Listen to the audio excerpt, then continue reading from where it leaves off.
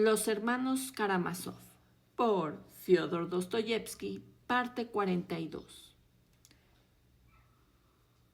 En los últimos tiempos había empezado a escuchar y a estudiar a los flagelantes, tras haber conocido a algunos en la vecindad, y se quedó visiblemente impresionado, si bien no le pareció justo abandonar su fe por otra.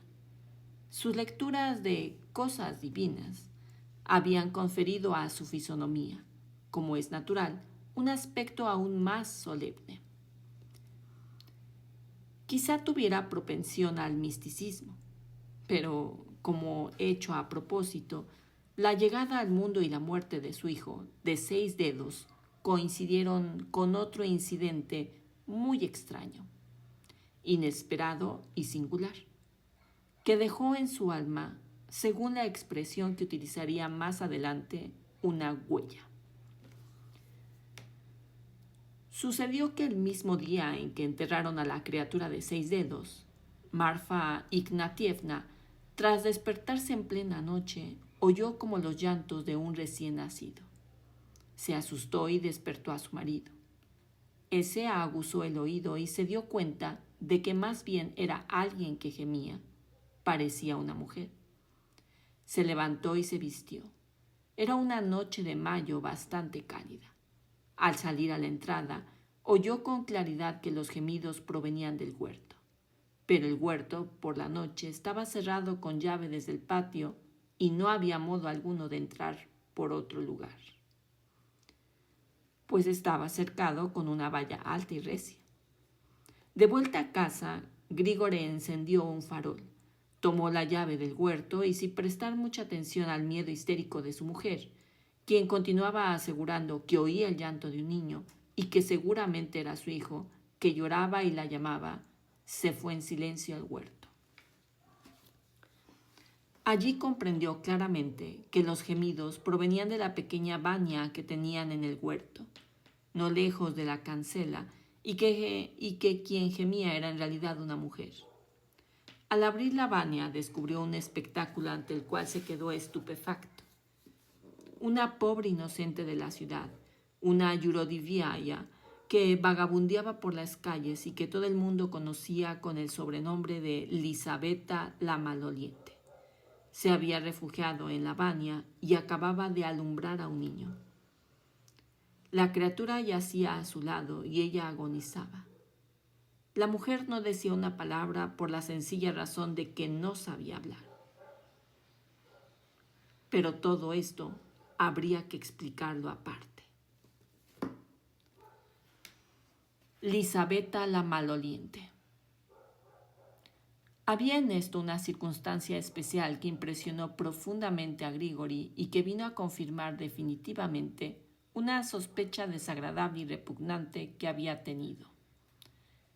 Esta Lisabeta la Maloliente era una muchacha de muy baja estatura que medía 2 arshini y pico, como decían enternecidas muchas viejecitas devotas de nuestra ciudad al recordarla después de muerta.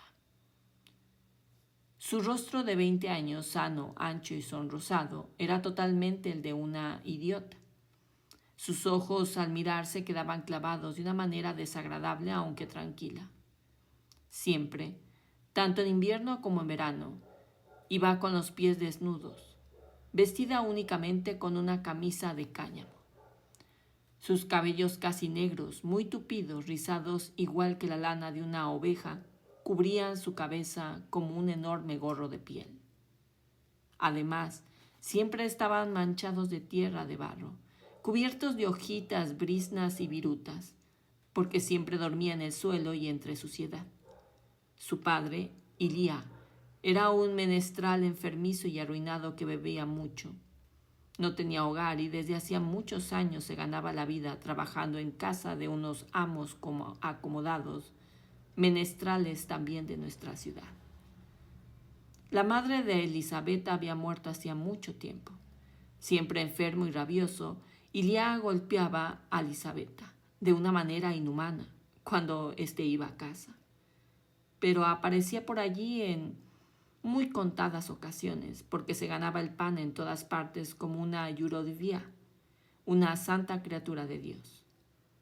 Los amos de Elía, el propio Elía, e incluso muchos ciudadanos compasivos, sobre todo comerciantes y sus mujeres, habían intentado más de una vez vestir a Elisabetta de una manera más decente que con una sola camisa, y para el invierno siempre le ponían una larga zamarra de piel de oveja y la calzaban con un par de botas altas. Ella solía dejar que la vistieran sin poner objeciones, pero luego se iba y en cualquier sitio, en especial en el atrio de la catedral, se despojaba de todo lo que le había ofrecido. Un pañuelo, una falda, la zamarra, las botas. Lo dejaba todo ahí y se iba descalza sin más ropa que la camisa como antes. Una vez el nuevo gobernador de nuestra provincia, en una visita de inspección a nuestra pequeña ciudad, se sintió muy agraviado en sus mejores sentimientos al ver a Elisabetta y aún, entendiendo que se trataba de una yurodivia, tal y como le habían informado, señaló que una joven que vagaba por las calles sin más ropa que una camisa era un atentado contra la decencia y ordenó que en lo sucesivo no se volviera a repetir. Pero el gobernador se fue y a Elisabetta la dejaron tal como estaba. Su padre acabó muriendo y ella, como huérfana, fue aún más querida por todas las almas piadosas de la ciudad.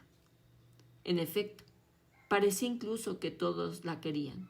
Los niños no se burlaban de ella ni la ofendían, y eso a pesar de que nuestros niños, sobre todo en la escuela, son unos gamberros. Entraba en casas de desconocidos y nadie la echaba. Al contrario, todos le daban muestras de cariño y una monedita de medio copec. Le daban la monedita, ella la tomaba y enseguida iba a echarla en un vaso de limosna, bien para la iglesia, bien para la cárcel. Si en el mercado le daban una rosca de pan o un bollo, se lo regalaba siempre al primer niño con el que se encontraba. O bien, paraba a una de las señoras más ricas de nuestra ciudad, también para dárselo, y las señoras lo aceptaban incluso con alegría. En cuanto a ella, no se alimentaba más que con pan negro y agua. A veces entraba en una tienda opulenta, se sentaba. Allí había mercancías de valor, también dinero, pero los dueños de la tienda nunca la vigilaban. Sabían que aunque se les olvidaran miles de rublos delante de ella, no cogería ni un cope. En la iglesia entraba en muy contadas ocasiones. Dormía sobre todo en los atrios de los templos o bien tras soltar una valla de zarzo. Seguimos teniendo en la ciudad muchas vallas de zarzo en lugar de madera.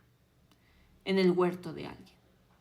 Por su casa, es decir, por la casa de aquellos amos donde había vivido su difunto padre, aparecía aproximadamente una vez por semana. Y en invierno iba también todos los días, pero solo para pasar la noche y pernoctar bien en el zaguán, bien en el establo. Se sorprendían de que pudiera soportar semejante vida, pero ella ya estaba acostumbrada. Aunque era de pequeña estatura, tenía una complexión extraordinariamente robusta.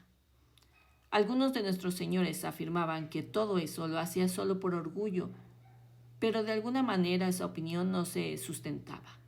No sabía pronunciar ni una sola palabra. Solo de vez en cuando conseguía mover la lengua y proferir un mugido. ¿Cómo se podía hablar de orgullo? Una vez, hace ya bastante tiempo, en una clara y templada noche septembriana de plenilunio, a una hora muy tardía para nuestras costumbres locales, una embriagada cuadrilla de señores de nuestra ciudad, unos 5 o 6 hombres gallardos que habían estado de juerga, volvían del club de sus casas atajando por patios traseros. Los dos lados del callejón estaban bordeados de vallas de zarzo, tras cuales se extendían los huertos de las casas adyacentes. El callejón daba a una pasarela que atravesaba ese largo y maloliente charco que entre nosotros se calificaba a veces de riachuelo. Junto a la valla, entre órtigas y bardanas, nuestra pandilla descubrió a la durmiente Elisabetta. Los señores que estaban de lo más alegres se detuvieron delante de ella riendo a carcajadas y se pusieron a bromear diciendo todas las obscenidades posibles. A un joven petimetre se le ocurrió hacer una pregunta completamente excéntrica sobre un tema posible. ¿Podrá alguien, quien quiera que fuese, tomar